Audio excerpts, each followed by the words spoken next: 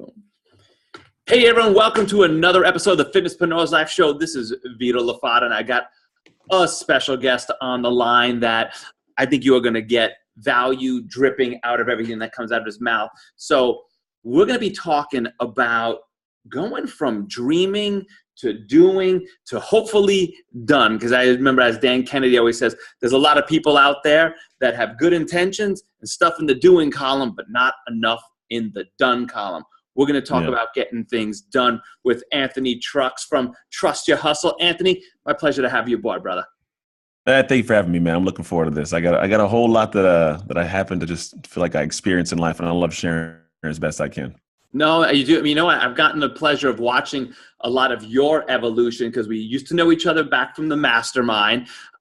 Then we lost touch for a little bit. I remember you were in the studio biz. We lost touch for a little bit, and then flash forward a couple of years, I'm like, there's Anthony at High Performance Academy, and now he's on stage with Brendan Bouchard and whatnot. And Brendan's one of my favorite mentors. I was just like, he's doing good shit no matter what he's doing. This is freaking awesome. So it's just exciting to see your evolution and reinvention and what you've done. So do us a favor, give us a little bit of your story. So people kind of, because like, dude, I've gotten to see you present twice at HPA, and a lot went down from things you had to overcome in life to get to where you're at. You've played pro football and all that.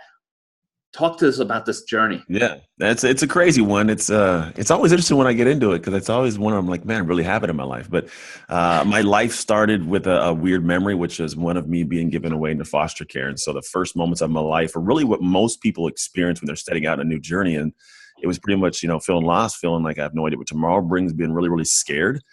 And that's how it was when my mom just, pretty much said, I can't take care of you. So me and my three siblings got pushed into foster care, and we experienced a lot of craziness from beatings and starvation, a bunch of weird stuff. And it took me to a point in life where I really was just, I internally didn't have any belief in myself for obvious reasons. Like when the person who's supposed to care for you doesn't care for you, and the people you're in homes with are supposed to also take care of you, they don't treat you right. Like I start to assume like I'm not a very worthy human being. And I got to the point where just enduring a lot of it finally put me in a position where I was, 14 years old. I'd gone through 11 years of foster care, had a lot of ups and downs, and life was finally getting better, but it was scary because in foster care, you could be up and moved any day. And so in this family I was finally put with, I was with them for 8 years. I finally got adopted. And it was after I had to stand in front of a judge and tell my mom, my real mom, like, I don't want you to be my mom anymore. A really tough thing to do. Severed ties, and I got to go and venture into something new, which is football. Like it was the weirdest thing. Like for me, I had no amount of self-worth internally until I got in a field and could hit somebody as hard as I could, and people cheered for me. Like, hey, good job, hit him. Like, oh, I felt good about that, man.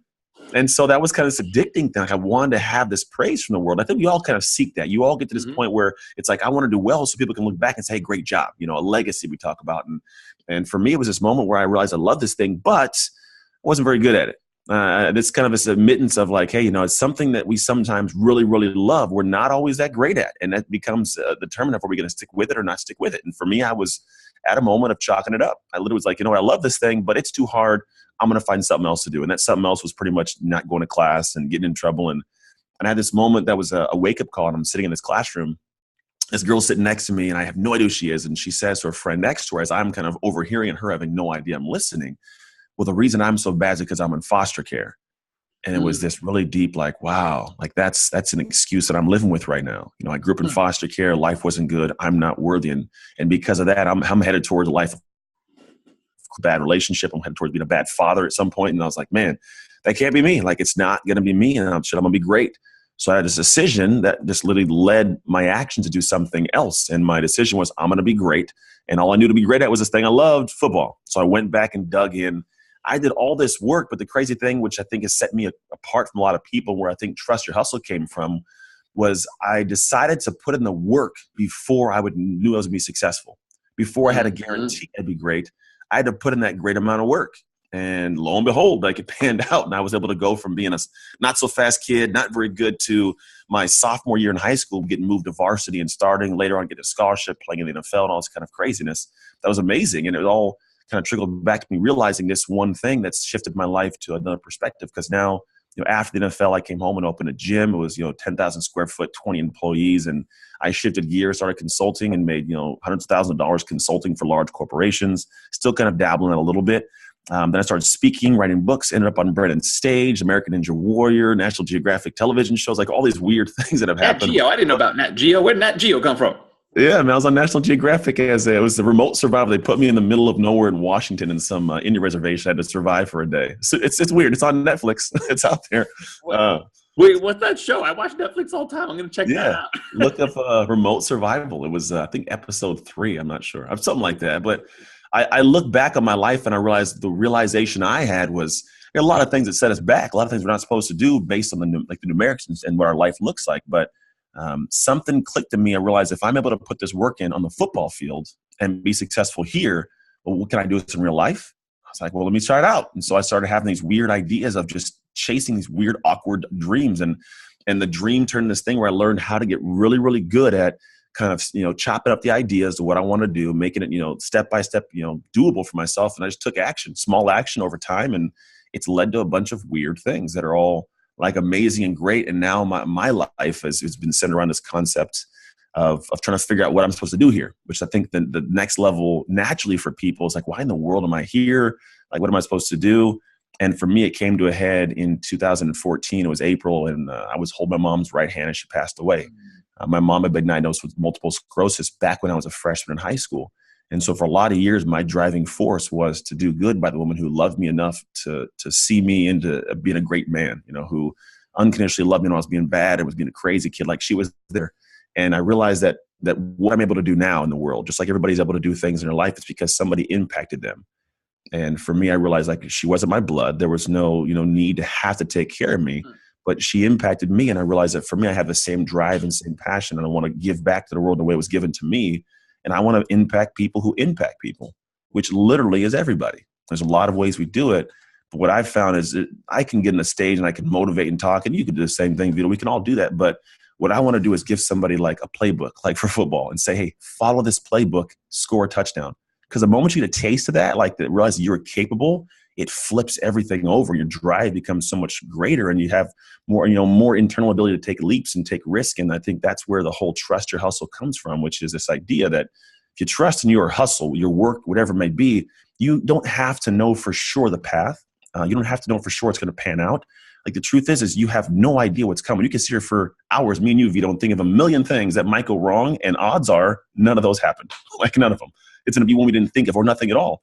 And so when you get to this point of realizing, hey, all you got to do is trust the person you bring to those inevitable problems, life opens up because you can't do wrong. All you do is you figure something out, you get a new tool and take it on to the next journey, the next project, and use that tool later on. So that's my life, man. It's bouncing around and creating a bunch of cool stuff and helping people create a bunch of cool stuff in the world.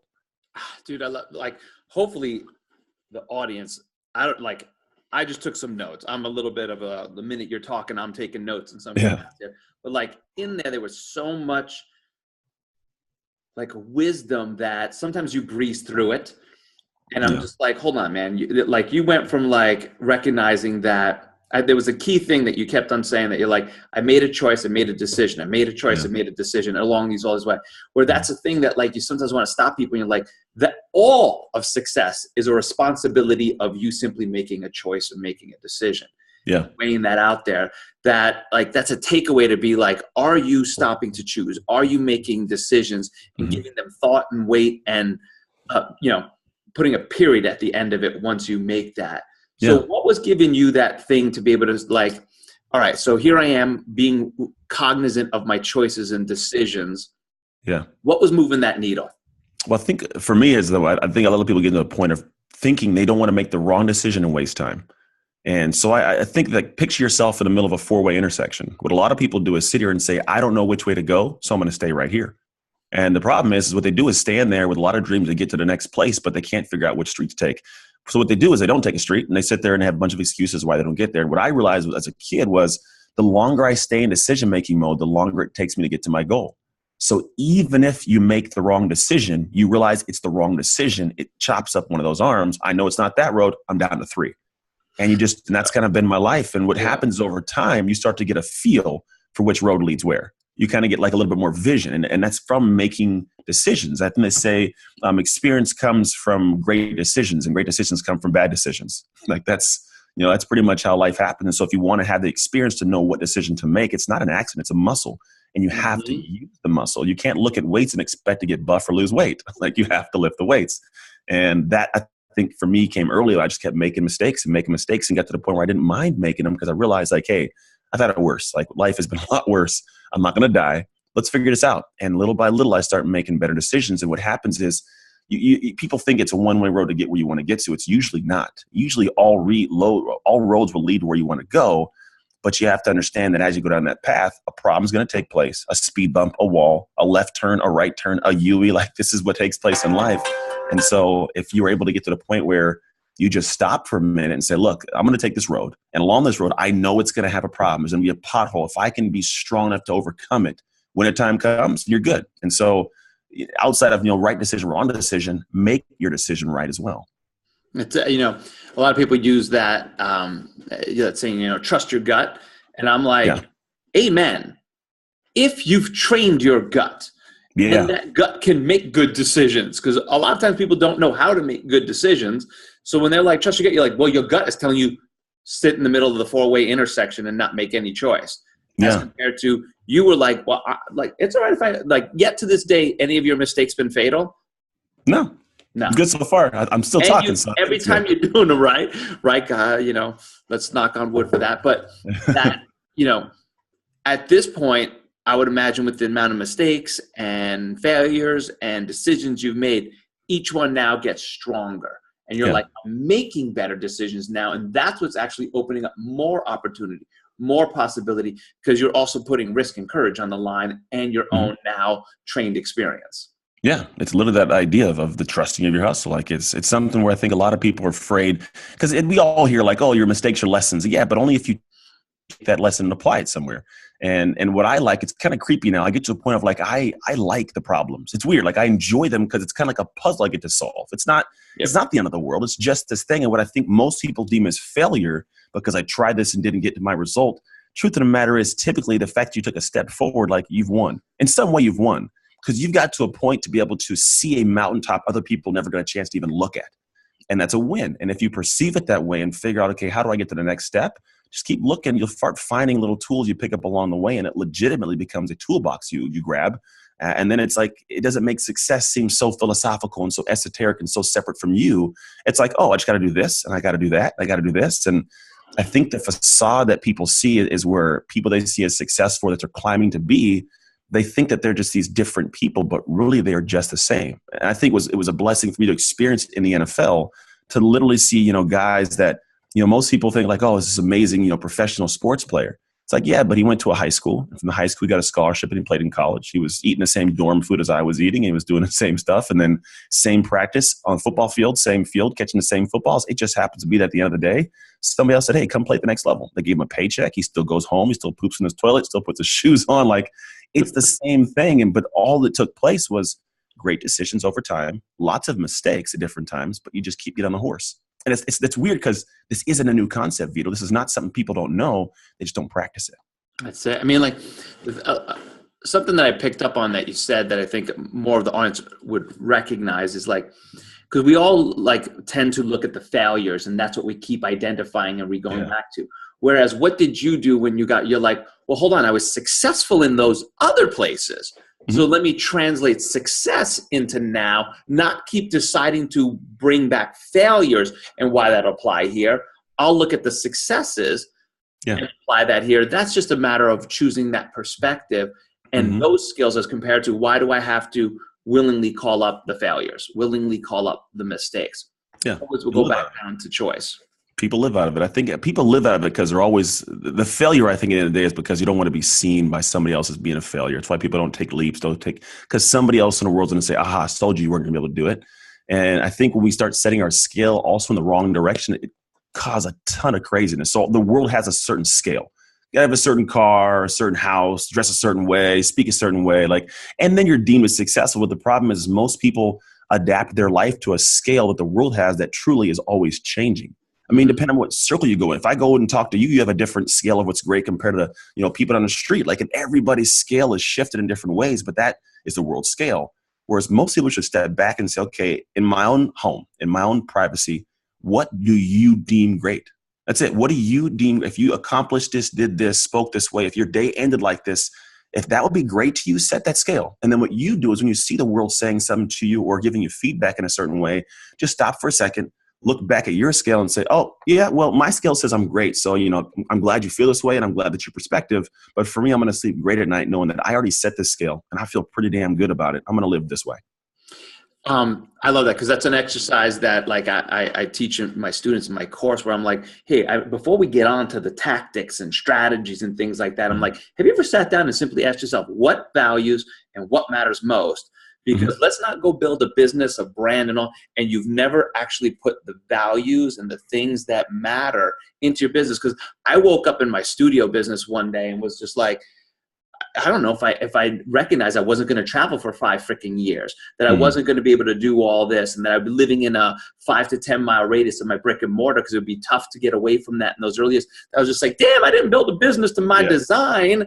I built it because this is what the industry said is what's next. Yep, exactly. Ask those kind of questions. So I like that, how you're putting that out there. So let's talk playbook a little bit because I'm a systems guy. Everything I do in my courses and whatnot is the same kind of idea. People love a roadmap. People love step by step because in a world of theory, everyone's just like, how do I make it tangible? How do I actually make the thing show up? So they're not seminar to seminar to seminar to seminar, course to course to course, and they're still like not building the things. So I've heard you speak before on like your Thrive 3 performance model and whatnot. So is that the basis of the playbook? Talk us through this playbook a little bit. And let's see if we can give the audience a couple steps that they can go home with and say, I did something. Yeah, definitely. I think that you hit the nail dead on the head. There are a lot of people that take courses and take books and they get this shelf esteem, right? They bought it, it's on the shelf, like I feel good, right? And when I realized I've been the same way for different times in my life, but like I'm a person now that I want to consume everything because now I can actually use it. So what people do is they see this great marketing, a silver bullets and a save everything, and they get this strategy. But the problem is they have no strategy to apply their strategy. They just wing it. I got this stuff. I'm going to hopefully learn it, maybe put it in, and they lose track of it and they get something else and it's supposed to be the savior. And they keep bouncing around, like you said, never building anything. So I stepped back and realized that my superpower, what I'm phenomenal at, which is in a weird kind of roundabout way, is I'm really good at getting clarity on the idea. Like you said, make a decision. I have a process I go through. Once in the process, I just get organized, like super detailed organized as to what it is that I want to get done, what time frame I want to get done in. And then I'd start chopping up the idea into different like steps. It's a project, chopping the steps. Then I take those steps and I lay them out into a very specific structure of how I can live my life. Because I think at the end of the day, it all boils down to what your day looks like. And for some people, it sounds very like, oh, it's just, very, tactical and structured, which it is. But I learned years ago that I cannot be married to my business and married to my wife at the same time.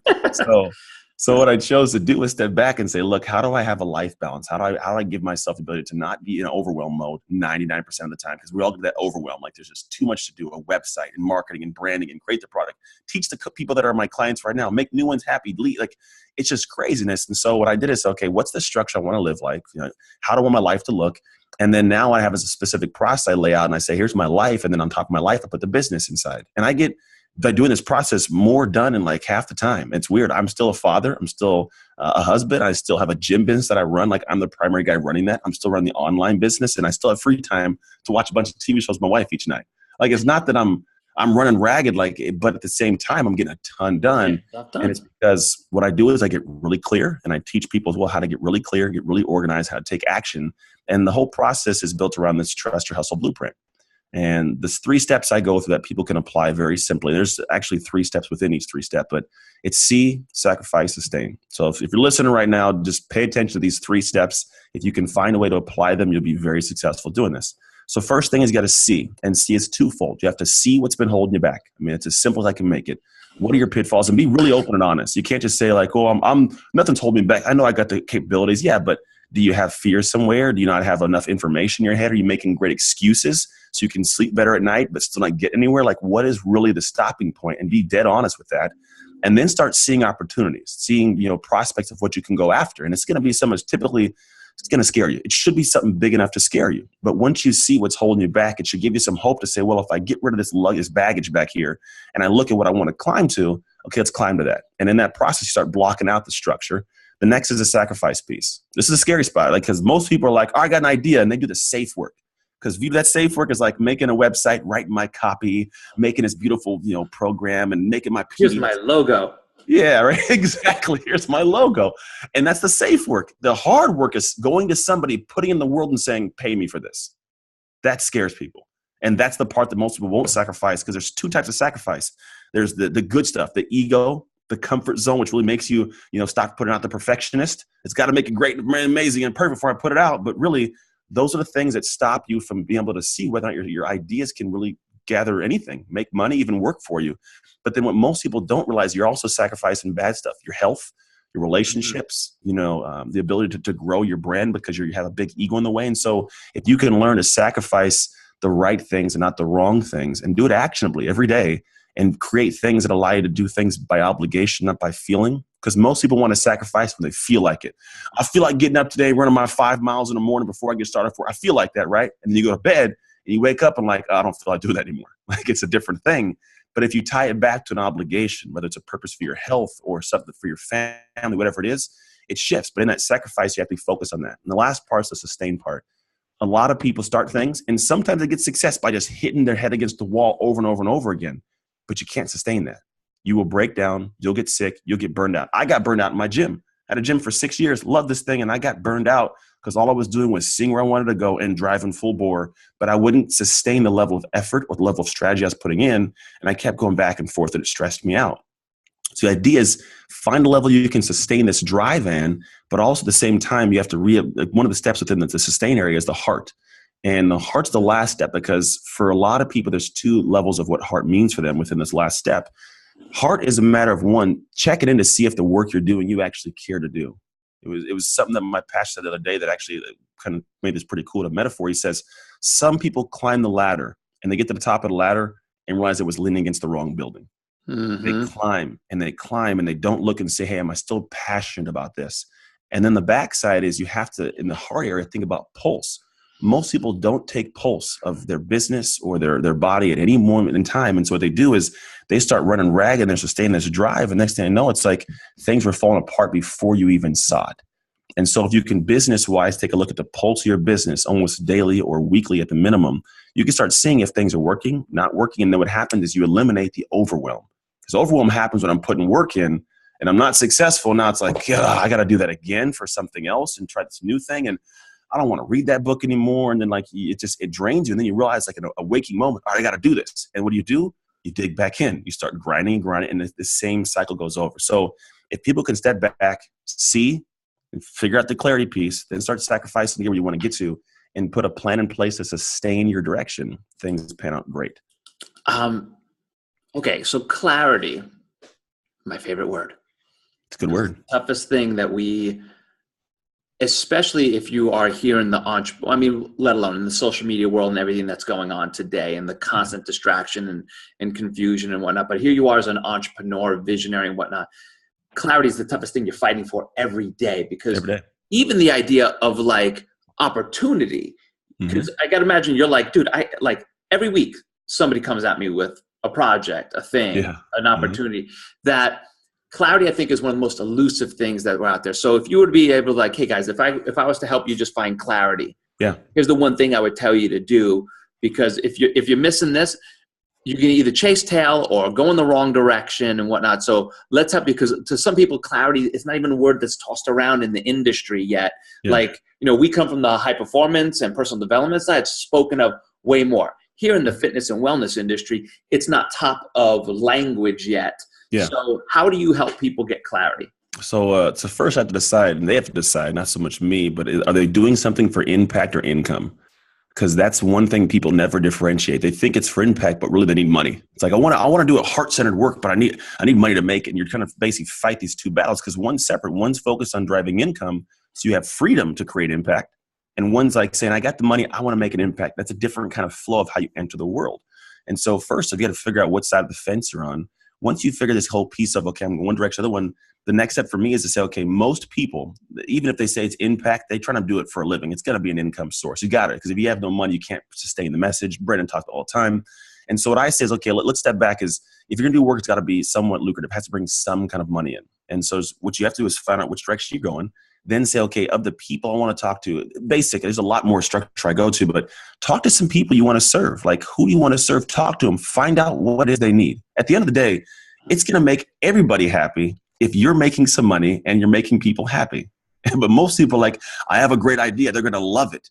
Well, no, what you think is value, most people are like, I put these videos out, nobody likes them. Well, because you think it's value, but it's not to them. What I deem is valuable is not like if I buy someone a $100,000 car, a Ferrari, and bring it to their house, but they're like, hey, dude, it's not a value to them, but it's a value to me, right? So you find out what they want and then at the most basic level and sell it before you make it. I think some people get thinking like, I got to make this thing and have it perfect. The perfectionist pops up in place. They want to make it great. Just sell it. If the idea is viable and people buy it, now you give yourself a buffer to create it. You can make things fast. And now what happens is now you can get some clarity on what the idea is. Like, and I think that's where you're asking like clarity, what to make is most people are like, I got a great idea. Well, test it. You got to test it. It doesn't cost a lot of money. All you got to see is would somebody actually buy it. And I don't care who you know. You can say, well, my best friend's cousin's friends, so they buy it. No. If they'll give you money, like when they give you money, now it is a valuable idea. So go out and say, impact income, chop it down and say, hey, what would you like me to make? What would be cool? And I actually had a client I talked to yesterday, and he's like, what do I do next? I said, well, dude, what's your superpower? I don't know. I say, text your friends. Text 15 people, say, what is the one thing if you could take it from me and put it into your day and in your life that you would take?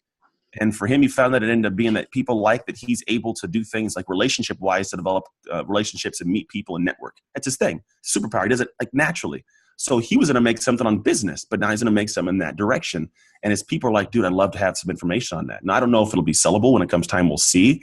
But if you find out what your superpower is and talk to people that really you're going to serve anyways, they'll tell you what you want. Make it in a super simple way. Sell it before you actually make it. Then make it as you go with them. And then from there, you have something you can pitch later on and make a bigger product. Oh, dude.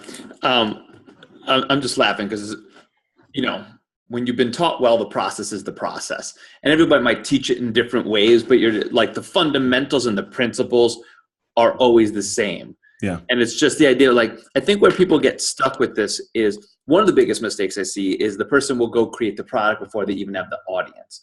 Yep. And then that's the quickest way to go broke. That's the fastest way. And I mean, like, a man in the industry, I said, I'm going to make this book. I'm going to do this thing. I'm like, you got no followers. You got no list. You got no audience. Like, who are you going to sell? Like, even if you get after Grant, Mama, and Aunt Carol bought it, what are you going to do with this? But I think where people get scared is in the verify and research kind of like test phase. Mm-hmm.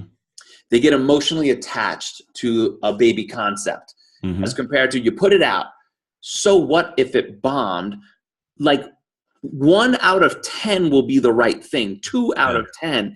But the only way you get to those gold ones is by even putting some of your crappy ideas out and being like, didn't sell, didn't do whatever. Oh, well, you're not a failure. It's just your idea may have been off, or you missed the hook, or you missed the thing. I think people get stuck there that if I put something out and it bombed, that's me. And now it becomes an identity thing. Exactly. It's and I experienced that with football. When football was taken away from me, it's who am I without this thing? And most people put so much their heart and soul into it that they do identify that's them. I'm a good person if this sells, and if it does, I'm a bad person. And when you have that kind of attachment to, you'll never be great at it because you're never going to put it out until you think it's perfect, and it's perfect, and you go broke because nobody else wanted it. So I fully 100 support that statement because that's what happens. And the weird part is most people, they're in it to serve people. If you ask them, I just want to help people. Well, help people. Don't help yourself. Help people. And then everything switches. Yeah, correct. And I circled a big thing because literally I was writing, ask for the money. And then all of a sudden you're like, but you got to ask to get paid. And I was just like, oh, dude, right on the dot. Because that's the other area I see a lot of people getting stuck with. They're just not willing to ask for the money. Yeah.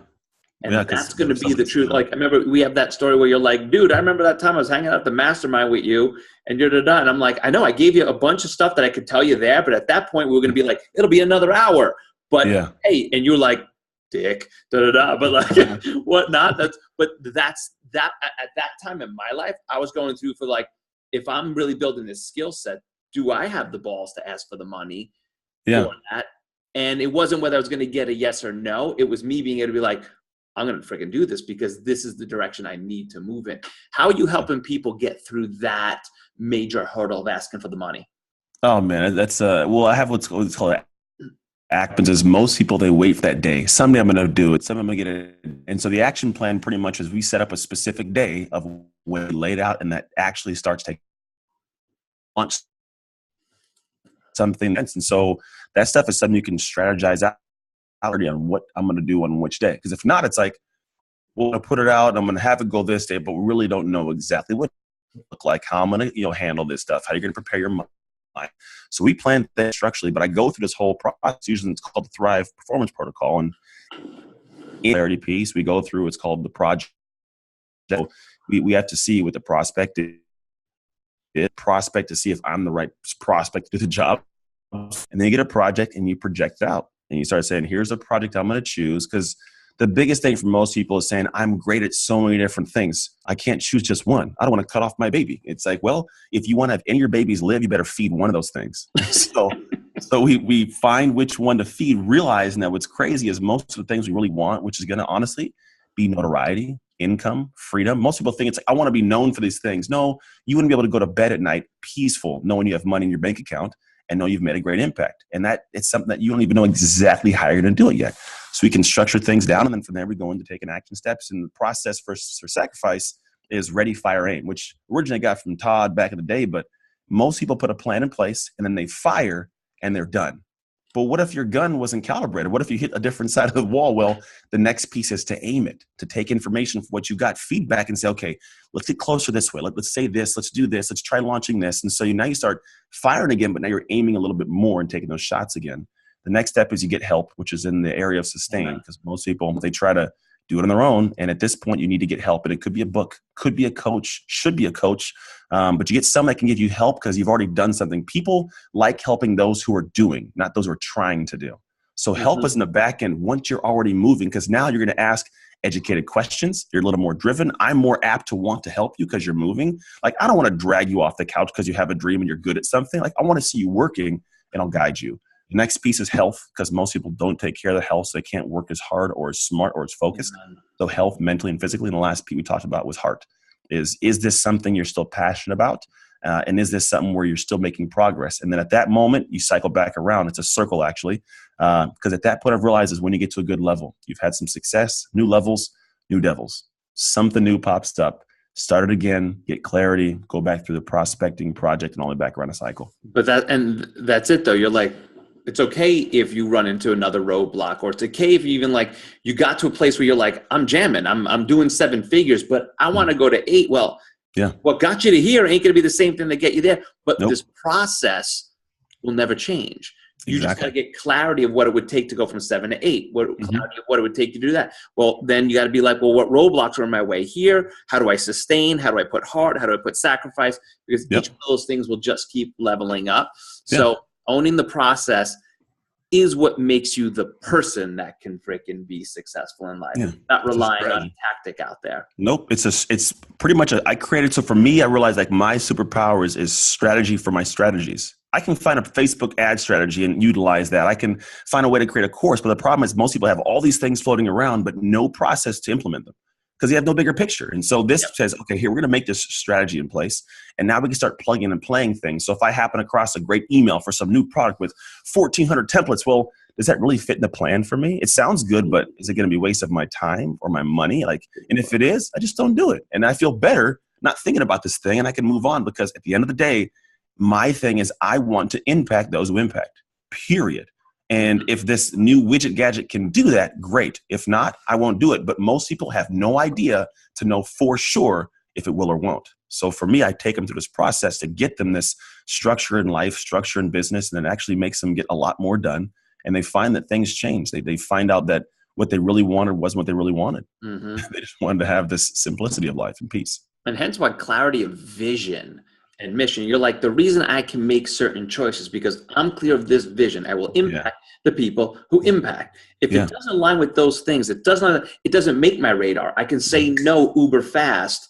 That saves me speed and time in the markets. It lets me make better decisions. It lets me decide who will be around in my circle. Because clarity of that, bottom line, drives all the other things on top of that. So it's awesome. I love that, dude. So, hey, how can people connect with you and tap into this Thrive 3 performance protocol? Trust the Hustle blueprint and whatnot, because I mean, like, we teach our version in the Visionary Planner, but I believe some people like, no, dude, that's my man. Some people like, no, you. So Same here. I want my audience to know how to get in touch with you and how to find you. Yeah, man. Best thing to do is go to trustyourhustle.com. You can actually take I have what's called a Thrive assessment on there. You can kind of see where you're thriving in life and where you're not. As my kids step out, get dressed. We're going to go do football in a minute. Perfect timing. Perfect timing, man. Yeah, right. So they can go there. If not, if you want to find me on Instagram, it's just @AnthonyTrucks, and I'm very active on there. All right, my man. Hey, thank you so much for your time. I know we were juggling some family stuff today. I appreciate you, as always, making the time to help serve people that want to go impact the people that impact. So my pleasure to have you aboard. And to those out in the Fitnesspreneurs Life Nation, keep getting after it. A lot of visions to go out there and change the world. Peace. All right.